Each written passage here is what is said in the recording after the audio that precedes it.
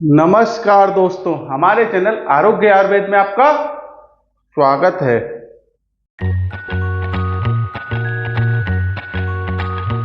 दोस्तों, आज का जो हमारा विषय है वो ना तो कोई बीमारी है ना ही कोई परेशानी है। आज का जो हमारा विषय है वो एक ऐसा विषय है जो करते सभी हैं पर बताने में संकोच करते हैं, क्योंकि लोगों को उसके बारे में बताने में शर्म आती है। आज हम आपको पाद के विषय में सारी जानकारी देने वाले हैं। हाँ जी, पाद के विषय में आज हम आपके मन में जो पाद के प्रति संदेह है, जो भ्रांतियां हैं, उनको दूर करने का प्रयास करेंगे। तो चलिए शुरुआत करते हैं। सबसे पहले पाद की परिभाषा जानते हैं। हाँ जी, पाद की भी परिभाषा होती है। तो पाद की जो सबसे पहली परिभाषा है वो क्या होगी? आंतों से गुदाद्वार के माध्यम से गैस को बाहर निकालना ही पाद कहलाता है। वहीं इसकी जो दूसरी परिभाषा वो क्या होगी? गुदा द्वार या मल द्वार के रास्ते बदबूदार हवा का बाहर निकलना ही पाद कहलाता है। वहीं इसकी जो तीसरी परिभाषा वो क्या होगी? गुदाद्वार से आंत्र वायु को बाहर निकालने की जो क्रिया होती है उसको पादना कहते हैं, और इसकी जो संज्ञा होती है उसको पाद कहते हैं। तो ये इसकी कुछ परिभाषाएं होती हैं। आइए तो अब पाद के अन्य नाम जानते हैं। हाँ जी, पाद के अन्य नाम भी जान लीजिए, कल को कोई आपसे पूछे तो आप फट से उन्हें बता सकते हैं। सबसे पहला इसका जो नाम आता है वो क्या आता है? हवा निकलना। दूसरा इसका जो आपका नाम आता है वो क्या आता है? गैस पास करना। तीसरा जो इसका नाम आता है वो क्या आता है? पेट फूलना। चौथा जो नाम है वो बड़ा ही मजेदार है और वो है आपका निशब्द बदबू बम्ब। पांचवा जो इसका नाम है जो सबसे कॉमन है वो है फाट। छठा जो इसका नाम है वो क्या है आपका? Passing gas. और सातवां जो इसका नाम है वो क्या है आपका? Blowing of. तो ये देखिए, इसके 7 प्रमुख नाम है जिससे कि हम इसको जानते हैं। तो आगे से कोई भी आपसे पूछे तो आप इन्हें फट से बता देना। आइए तो अब ये जानते हैं कि पाद क्यों आता है, तो इसे जरा ध्यान से सुनिएगा। तो देखिए, ये क्या होता है? एक हवा होती है। जब हम खाना खाते हैं या हम जैसे च्युइंगम चबा रहे हैं तो हम क्या करते हैं? हवा को निगल जाते हैं, और ये हवा दूसरी वजहों से फेफड़े की जगह आपके पेट में चली जाती है। इसके अलावा जब आपका खाया हुआ खाना पचने के लिए आंतों में पहुंचता है तो उस पर क्या होता है? बैक्टीरिया कार्य करने लग जाते हैं। ये बैक्टीरिया हानि रहित होते हैं, यानी कि ये हमारे दोस्त होते हैं। ये उस स्टार्च और शक्कर को पचाते हैं जिसे हमारा शरीर आसानी से नहीं पचा पाता है, और इस दौरान भी गैस निकलती है। इस प्रक्रिया में 2 से 6 कप तक गैस पैदा होती है। अब गैस अंदर गई है तो वो बाहर भी निकलेगी, और जो वो गैस है हमारे गुदा द्वार के माध्यम से बाहर निकलती है, और इसी को हम पाद कहते हैं। इंसान के पाद में 59% nitrogen, 21% hydrogen, 9% carbon dioxide, 7% methane और 4% ऑक्सीजन होती है। तो इसे आप जरा अपने मस्तिष्क में नोट कर लें, और आगे से कोई भी आपसे पूछे तो फट से इसको बता दें। आइए तो अब ये जानते हैं कि पादना बुरी आदत है क्या। तो देखिए, बचपन से हमको यही सिखाया जाता है कि पादना बुरी बात है, और हम इस चीज को मान भी लेते हैं। और हम कहीं बैठे होते हैं तो हम कई बार संकोच में रहते हैं, पादें कि नहीं पादें, और ये प्रयास करते हैं कि हमारे पाद में आवाज नहीं आए, जबकि सच्चाई इसके बिल्कुल विपरीत होती है। पादना हमारी सेहत के लिए अच्छा होता है।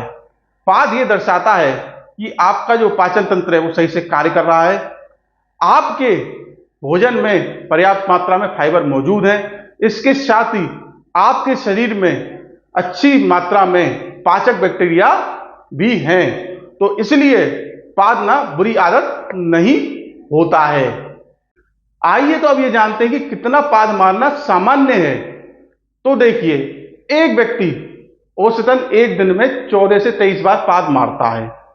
हालांकि ये बात आपके खान पीन पर और आपके जीवन शैली पर भी निर्भर करती है।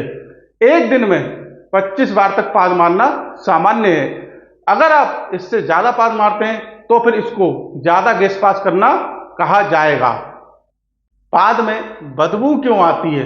तो आपने देखा होगा कुछ लोग इस प्रकार का पात मारते हैं कि बहुत ही बदबू आती है और ऐसा लगता है कि किसी ने जहरीली गैस छोड़ दी है। तो ऐसा होता क्यों है? तो देखिए, जब आप भोजन पचाते हैं तो आपकी आंतें भोजन को तोड़ने की सामान्य प्रक्रिया के तहत गैसें उत्पन्न करती हैं, और ये गैसें अधिकांश आपकी हाइड्रोजन, कार्बन डाइऑक्साइड, नाइट्रोजन और मीथेन होती हैं, जो कि बिल्कुल गंध रहित होती हैं। लेकिन कुछ लोगों के पाद में एक अन्य गैस पाई जाती है जो बहुत ही बदबूदार होती है, जिसको कि हाइड्रोजन सल्फाइड कहते हैं। इस गैस को जो है सड़े अंडे की गैस भी कहते हैं, क्योंकि इसकी गंध बिल्कुल उसी के प्रकार की होती है।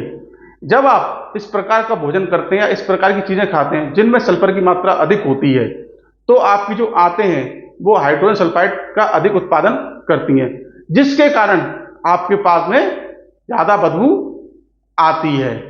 आइए तो अब ये जानते हैं कि किन चीजों को खाने से पात में बदबू अधिक आती है। तो देखिए, सबसे पहली चीज जो है वो है ब्रोकली। दूसरी जो आपकी चीज है वो है फूल गोभी। तीसरी जो चीज है आपकी वो वर्ल्ड फेमस है, बेचारी बदनाम इसीलिए, वो है मूली। चौथी जो आपकी चीज है वो है प्याज। पांचवी जो आपकी चीज है वो है लहसुन। छठी आपकी जो चीज है वो है मांस। सातवीं जो आपकी चीज है वो है अंडे। आठवीं जो आपकी चीज है वो है राई। तो देखिए, अगर आप इन चीजों का सेवन अधिक करते हैं तो आपके पाद में बदबू आने की संभावनाएं ज्यादा होती हैं। आइए तो अब ये जानते हैं कि पात कम कैसे करें। तो देखिए, वैसे तो पातना एक सामान्य प्रक्रिया है और इसमें कोई संकोच नहीं करना चाहिए, कोई शर्म नहीं करनी चाहिए, और आपको पात आता है तो आप पाद लें, इसमें कोई भी चिंता की बात नहीं है। लेकिन अगर आपको ये लगता है कि आप जरूरत से ज्यादा पाद रहे हैं या आप सामान्य प्रक्रिया से ज्यादा पाद रहे हैं, तो फिर आप कुछ चीजें कर सकते हैं। और उसमें सबसे पहला क्या है आपका अदरक। आपको क्या करना है, अदरक का टुकड़ा लेना है और उसमें आपको थोड़ा सा नमक लगाना है और उसको आपको चाटना है। ऐसा आप करेंगे तो आपके जो पाद हैं वो कम हो जाएंगे और सामान्य हो जाएंगे। दूसरा जो आपका इसमें उपाय आता है वो आता है आपका नींबू। आपको करना क्या है, एक गिलास गर्म पानी में आधा नींबू निचोड़ना है और उसमें 1 चम्मच बेकिंग सोडा डालना है और इसको आपको पी लेना है। तो इससे भी जो है आपको आराम मिलेगा, आपके पाद जो है कम हो जाएंगे। तीसरा जो इसमें आपका उपाय है वो क्या है, सौंफ। आपको करना क्या है, 1 चम्मच सौंफ को ओखली में कूट लेना है। अब उसको आपको 1 कप पानी में डालकर उबाल लेना है और अच्छे से उबालने के बाद में उसको छान लेना और उसको फिर पी लेना है। ऐसा आप करेंगे तो भी आपको आपके पादों में आराम मिलेगा। इसके बाद आपका जो चौथा उपाय वो है हींग। आपको करना क्या है, आपको 1 गिलास गर्म पानी लेना है, उसमें चुटकी भर हींग मिलानी है और उसको आपको सेवन करना है, तो आपको उसमें काफी आराम मिलेगा। इसके बाद आपका जो 5वां उपाय वो है आपका छाछ यानी कि मठा। आपको करना क्या है, 1 चम्मच अजवाइन और काला नमक जो है छाछ में डालना है और उसका सेवन करना है। ऐसा आप करेंगे तो आपको जो है आपके पादों में आराम मिलेगा। तो इन्हें आप करके आप अपने पादों को कम कर सकते हैं। लेकिन आप एक बात ध्यान दें, अगर आपको नॉर्मल पाद आ रहे हैं तो कोई चिंता की बात नहीं है, आप खुलकर पादें, कोई दिक्कत की बात नहीं है। पादना जो है आपके पाचन तंत्र के अच्छे होने का यानी कि सेहतमंद होने का संकेत होता है। तो देखिए, आज हमने आपको ये जानकारी दी। आपको ये जानकारी कैसी लगी आप ये हमें अवश्य बताएं। आप किसी बीमारी या किसी विषय के बारे में जानकारी प्राप्त करना चाहते हैं तो वो भी आप हमें अवश्य बताएं, हम उस पर भी वीडियो बनाकर आपको जानकारी उपलब्ध करवाएंगे। हमारा उद्देश्य बेहद सरल शब्दों में आपको जानकारी उपलब्ध करवाना है। अगर आप अभी तक हमारे चैनल के साथ नहीं जुड़े हैं तो चैनल के साथ अवश्य जुड़िए, ताकि आप आसान शब्दों में जानकारी प्राप्त कर सके। हम आगे भी ऐसे ही वीडियो बनाकर आपको जानकारी उपलब्ध करवाते रहेंगे। तब तक के लिए नमस्कार।